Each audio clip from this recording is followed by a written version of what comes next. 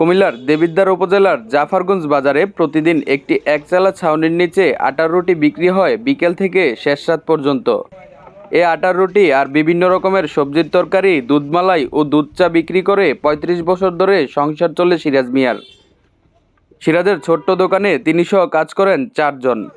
দেখা যায় রুটি বেলে গরম তাওয়াতে সেঁক দিচ্ছেন সিরাজের একমাত্র ছেলে রাব্বি। আর এ রুটি তাওয়া থেকে তুলে তরকারির সাথে ভোজন রসিকদের পরিবেশন করছেন ২ জন কর্মচারী। তাদের পাশে দাঁড়িয়ে দুধমালাই ও দুধ চা বানিয়ে দিচ্ছেন সিরাজ মিয়া। সিরাজের জরাজীর্ণ ছাউনির পাশে বিছানো ২টি খাট।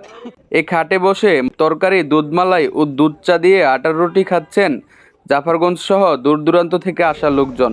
গুণগত মান ভালো ও খেতে সুস্বাদু হওয়ায় দেবিদ্বার সহ দূর দূরান্তের ভোজন রসিকদের কাছে সিরাজের রুটি তরকারি নামডাক রয়েছে ব্যাপক।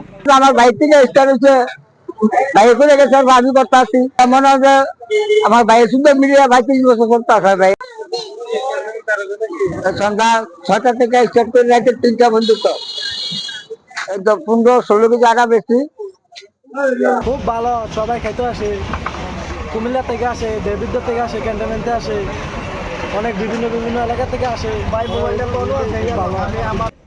কুমিল্লা সিলেট আঞ্চলিক সড়ক ধরে চলার পথে পড়বে দেবিদ্বার উপজেলার জাফরগঞ্জ বাজার। এ বাজারে সিরাজের ছোট্ট ছাউনির নিচেই রাতভর বিক্রি হয় ৫ থেকে ৬ হাজার টাকা। আলামিন কিবরিয়া, আমোদ।